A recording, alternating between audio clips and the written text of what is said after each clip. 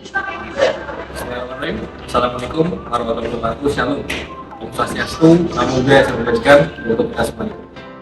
Sebelumnya, mohon izin memperkenalkan diri, Taruna Mandia, Polisi Imigrasi, Angkatan 24. Nama Gigi Praditya, NRT 2021.275.1.02, Prodi Administrasi Keimigrasian.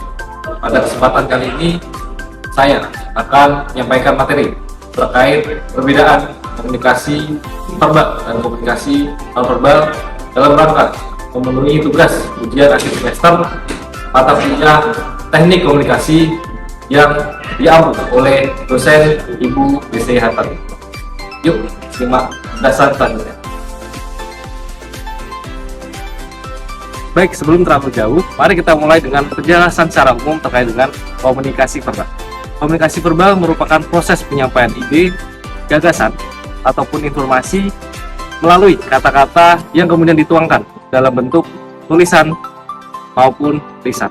Komunikasi verbal ini merupakan jenis komunikasi yang dapat dibilang paling sering atau paling umum atau bahkan paling lazim digunakan dalam keseharian manusia.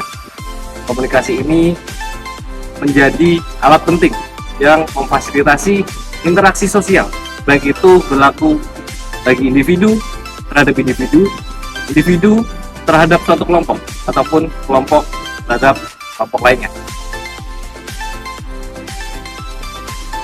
Baik, selanjutnya kita akan membahas tentang komunikasi non-verbal. Komunikasi non-verbal sendiri merupakan proses penyampaian pesan, emosi, ataupun informasi tanpa melalui kata-kata. Komunikasi non-verbal ini lebih menekankan pada mimik muka, ekspresi wajah, gerak tubuh, intonasi suara, dan berbagai komponen lainnya. Tentunya komunikasi non-verbal ini tidak kalah pentingnya dengan komunikasi verbal, yang mana dua komunikasi ini tentu memiliki peran vital dalam kehidupan kita sehari-hari.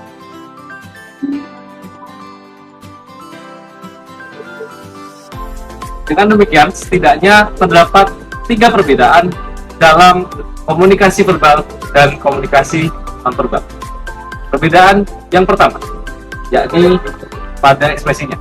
Komunikasi verbal dalam proses penyampaian pesan lebih melibatkan pada penggunaan kata-kata yang kemudian dituangkan dalam bentuk lisan ataupun tulisan. Sedangkan pada komunikasi non-verbal dalam proses penyampaiannya lebih menekankan pada ekspresi wajah, gerak tubuh, intonasi suara, dan beberapa komponen lainnya. Dan perbedaan yang kedua pada penggunaan medianya. Pada komunikasi verbal menggunakan media seperti percakapan, pidato, dialog, dan lain sebagainya.